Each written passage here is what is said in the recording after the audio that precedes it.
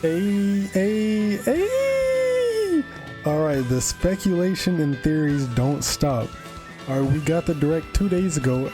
I can't believe it's already been 2 days. It felt like we just got it like 2 hours ago. But it's been out for 2 days and the speculation is still running rampant. And I actually had a couple of theories as to why Alvis is here and what is possibly up with him.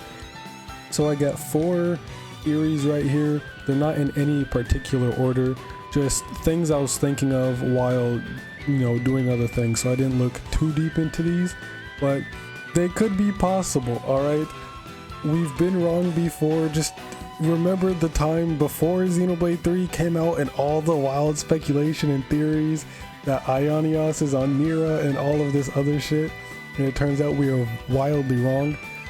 So maybe this is another case of that, but whether or not, I kind of miss the pre-release Xenoblade 3 hype where everyone was just speculating on everything and just theorizing, and this feels so nostalgic just making this type of video again. But yeah, I got 4 little theories on why Alvis is here, and the first one is that he's either corrupted or got hacked somehow. Now, he is in Aegis Core, which are basically just computer chips for the Trinity processor. And since the Zohar and the Trinity processor are gone, Alvis doesn't have as much power anymore since the conduit is gone, that he's more susceptible to hacking or being corrupted by malware or whatever, the Xenoblade equivalent of malware is. And that could explain why Rex said he's a heartless machine, because he's no longer in control of himself. So he's basically just an empty husk or vessel, kind of like how Shulk was for Zanza.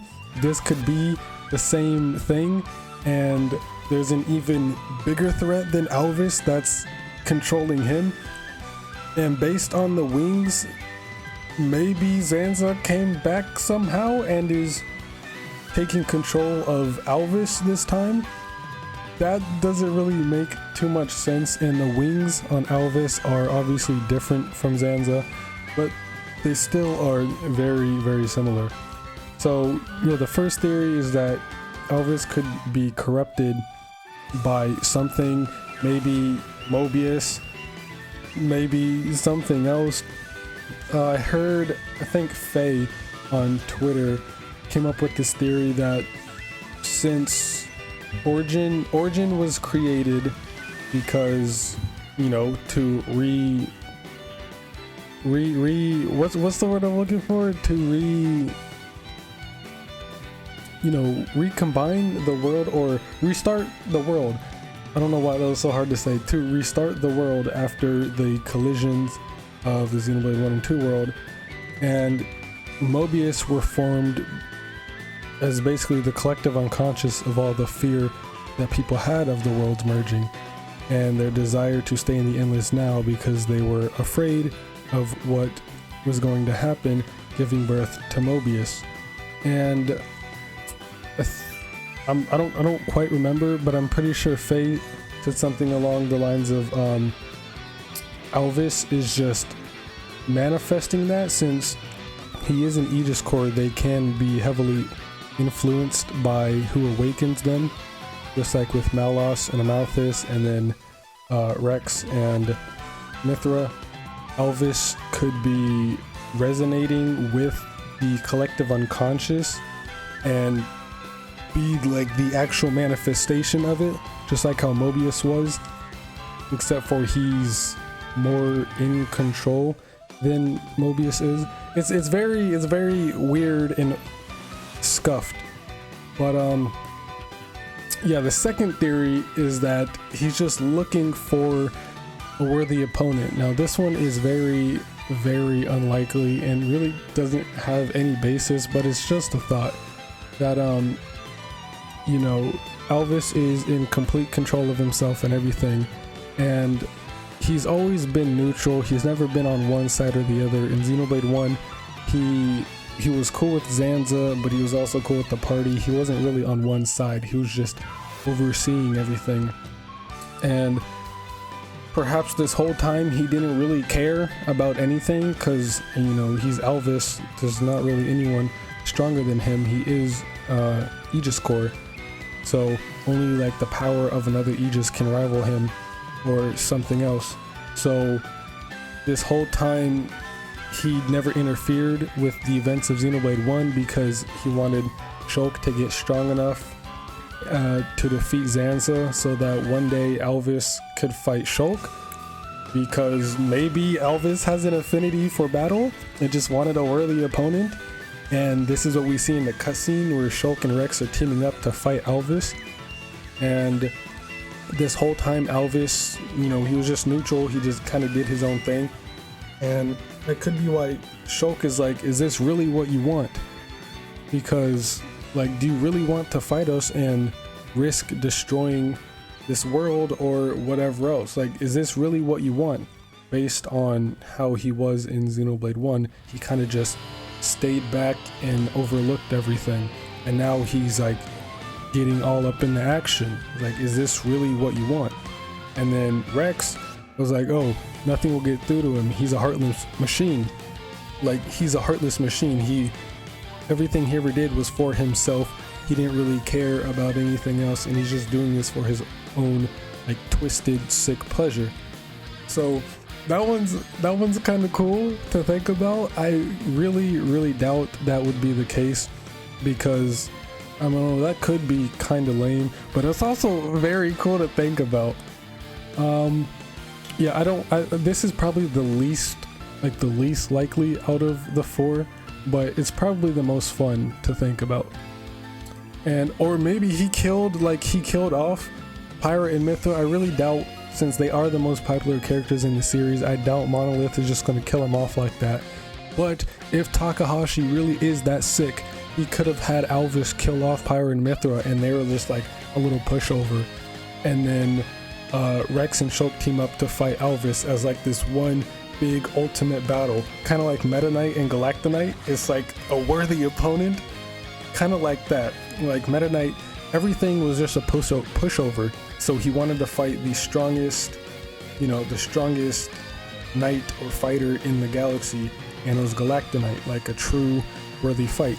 So maybe it's the same thing with Alvis, and he's just getting bored, so he's just like playing around with the world because he has the power to do so. But I don't know, just something fun to think about.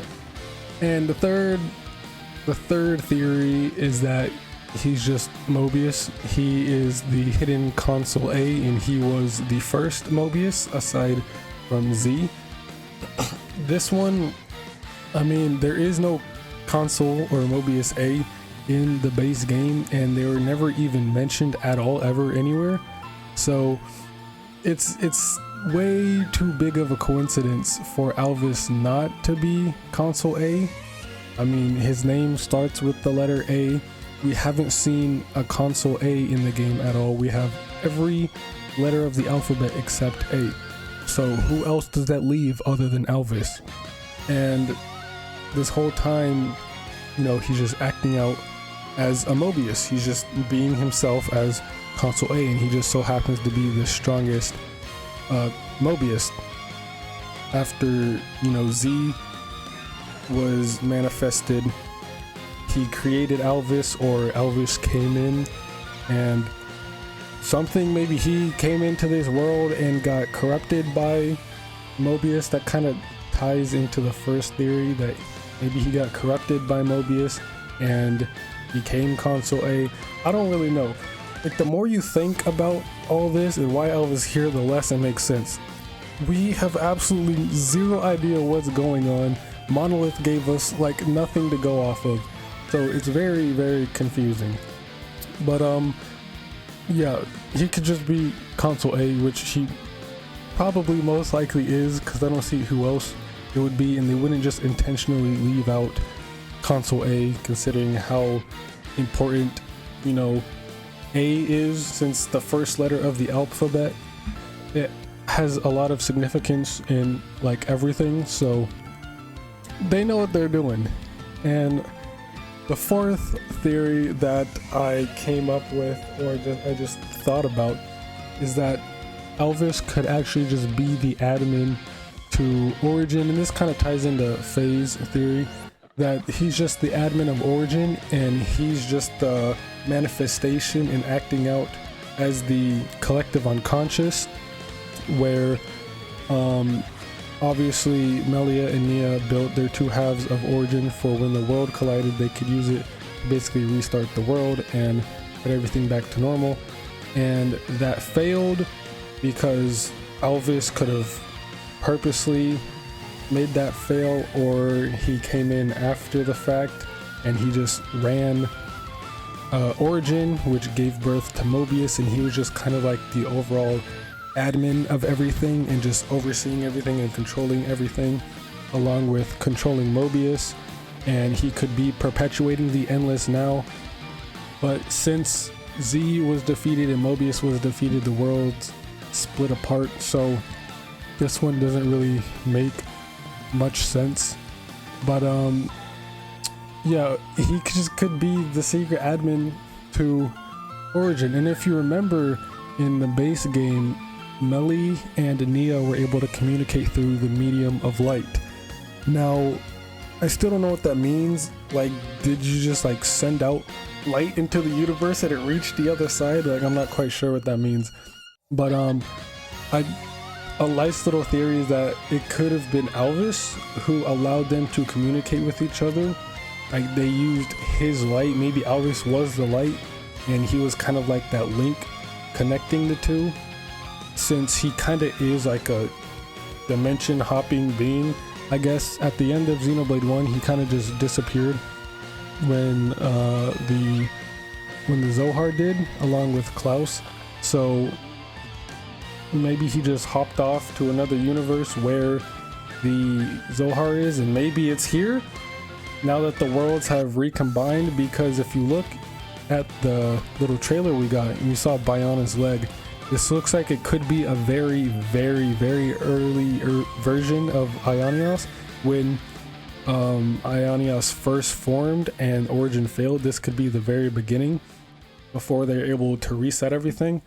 I don't know. It's very confusing. It's still hard to say whether this is a prequel or a sequel, because Rex and Shulk are there, but there's also that Noah Fong Wong guy, or Faye Fong Van Dam, whatever.